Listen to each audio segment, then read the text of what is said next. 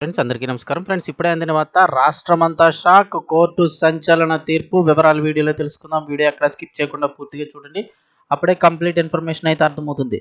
అలాగే ఇంకెవరైనా మన ఛానల్ సబ్స్క్రైబ్ చేసుకోకపోతే వెంటనే సబ్స్క్రైబ్ చేసుకోండి. ప్రభుత్వం నుంచి వచ్చే ముఖ్యమైన అప్డేట్స్ అన్ని మిస్ కాకుండా మీకు ముందుగానే తెలియజేయడం జరుగుతుంది. అలాగే వీడియోను ఒక లైక్ చేశారంటే మరింత మందికి సమాచారం చేరుతుంది. ఇంకా వివరాల్లోకి అయితే వెళ్ళిపోదాము. గత ప్రభుత్వ హయాంలో ఇంద్రకీలాద్రికి సంబంధించి అంటే గత ప్రభుత్వ హయాంలో విజయవాడ ఇంద్రకీలాద్రిలో 33,686 చీరలు మాయమైనట్లు ప్రచారం జరిగిన విషయం తెలిసిందే. ప్రభుత్వం మారిన అధికారుల తీరు మారలేదని ఆరోపణలు అయితే ఉన్నాయి. ఈ నేపథ్యంలో చీరల స్కామ్ పై అయితే గనక ఇప్పుడు పోలీసులు దర్యాప్తును ముమ్మరం చేశారు. అమ్మవారికి భక్తులు ఇచ్చిన చీరల అమ్మకాల్లో అవకతవకలు జరిగినట్లు ఇప్పటికే నిర్ధారణ చేశారు.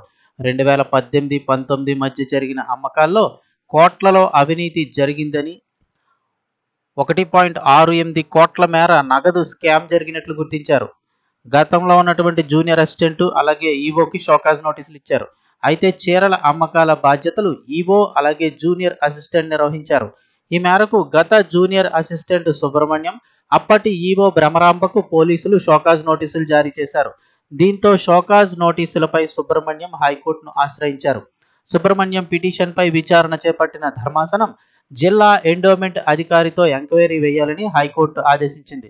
అంతేకాదు పూర్తి ఎంక్వైరీ జరిగే వరకు కూడా పెనాల్టీ కానీ చర్యలు కానీ తీసుకోవద్దని తీర్పు వెల్లడించింది.